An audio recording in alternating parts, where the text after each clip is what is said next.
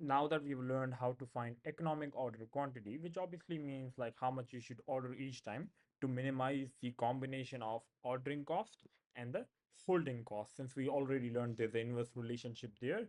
If holding cost goes up, ordering cost goes down, ordering cost goes up, holding cost goes down. Obviously, that has to do with the inventory that you carry. But in any case, now we have to talk about some more formulas to help understand how to find different things. So if we carry on the same question, obviously I know how many units I should order, right? At a point in time to minimize my holding and ordering cost. What if I also wanted to know the number of orders I would be placing this year? Number of orders I will be placing this year, which basically would mean the if I'm writing the formula here for you, this will be the average demand divided by the economic order quantity or whatever order quantity you are applying, but hopefully you are doing economic order quantity and saving money. So if you apply this formula, this will give you the number of orders you will need to place to fulfill the demand that you have. So if we do it for this question, what is the demand for the year? 10,000 units, right?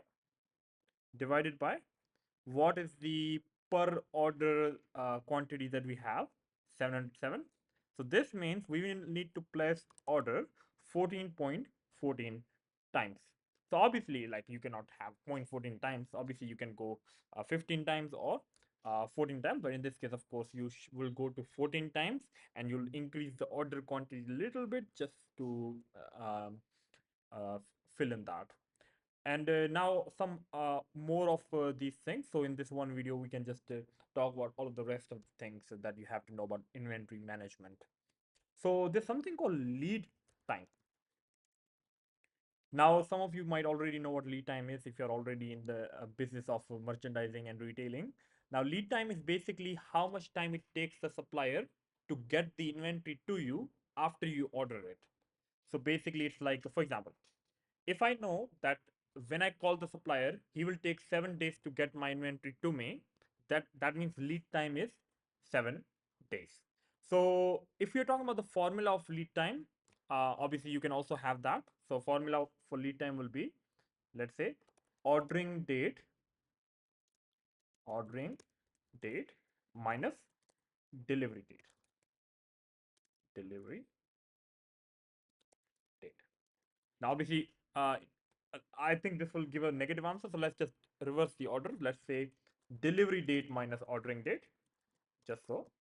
The answer is also positive. So delivery date, let's assume delivery date is 23rd of May. Minus ordering date, let's assume ordering date was 10th of May. That means the lead time is 13 days. And that's basically what lead time means. So after lead time, if we go into more things, there's something called safety stock. Now, to help you understand what safety stock is, how much stock did you keep in case of emergency? Because of course, you can have an average lead time, means how much on average the supply takes to get the inventory to you. But obviously, this is life, things happen. It might take supplier more days to get the inventory to you because of some emergency, right? So we want to keep some safety stock, means some stock just in case of emergencies. So this is, let's say, stock that we keep in case the supplier takes more than average lead time to, let's say, deliver the inventory. Because we talked about it, we don't want to have a stock out cost, means we don't want to lose customers, so we want to always have some in emergency stock, just so if the supplier takes more longer to deliver the goods, we still have some inventory to go over. Okay, so after what we had discussed what safety stock is, now we can also talk about something called reorder point. Now, reorder point is like at how much inventory level should you place the order again with the supplier? That's basically what it means.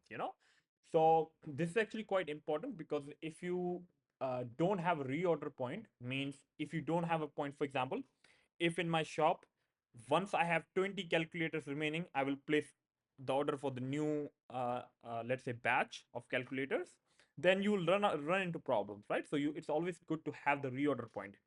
Now, when deciding the reorder point, the formula will be safety stock plus, sorry, safety stock plus average demand per day times average lead time in days.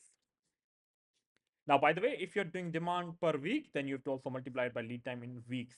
Of course, both have to be in the same unit. So that's the formula which we use to find the reorder point, means at how much quantity should I order again.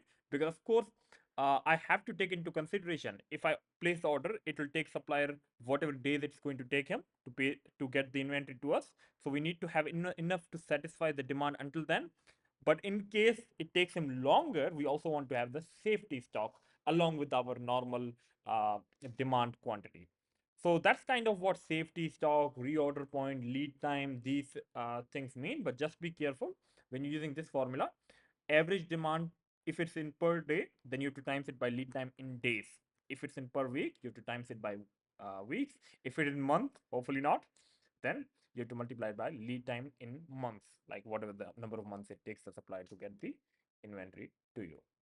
And other than that, for intermediate manager accounting, these are all the formulas you need. Obviously, when you get to advanced manager accounting, you learn like maximum stock level and things like that. But so far, this should be enough for us.